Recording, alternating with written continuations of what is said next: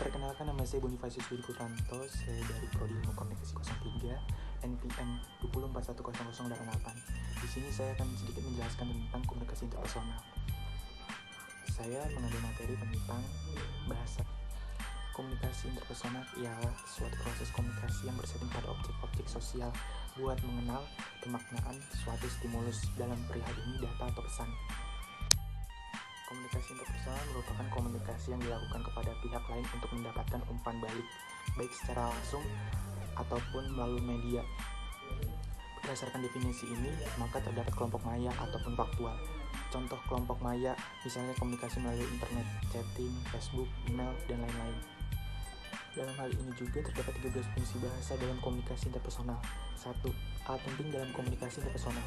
Bahasa merupakan alat penting dalam komunikasi. Bahasa digunakan sebagai alat utama dalam komunikasi. Dibandingkan media atau alat lain, bahasa merupakan alat utama yang paling mudah digunakan sebagai mana fungsi bahasa non-verbal dalam public speaking. Terlebih lagi, bahasa merupakan unsur yang sangat dekat dengan perkembangan kehidupan manusia. Tentu saja bahasa menjadi unsur yang sangat mudah dipahami. Kedua, bahasa dapat dikembangkan melalui komunikasi. Bahasa merupakan suatu yang selalu berkembang mengikuti perkembangan zaman. Seiring dengan perkembangannya zaman, maka bahasa lisan menjadi salah satu media komunikasi yang paling mudah digunakan secara universal. 3. Menciptakan keragaman dalam komunikasi. Bahasa juga merupakan bagian dalam sebuah kebudayaan, sehingga setiap kebudayaan yang berbeda akan menghasilkan bahasa yang berbeda. 4. Mencerminkan identitas pribadi. Dalam komunikasi, bahasa memang fungsi sebagai bagian dari identitas pribadi atau identitas personal seseorang.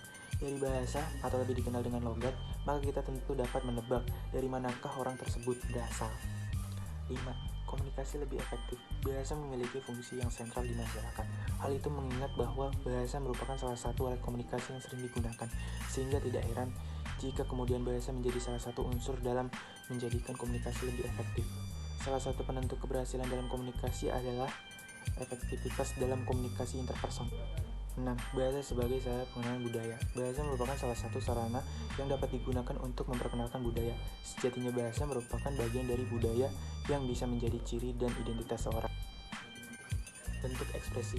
Bahasa juga memiliki fungsi sebagai perwakilan dan bentuk ekspresi dari seseorang.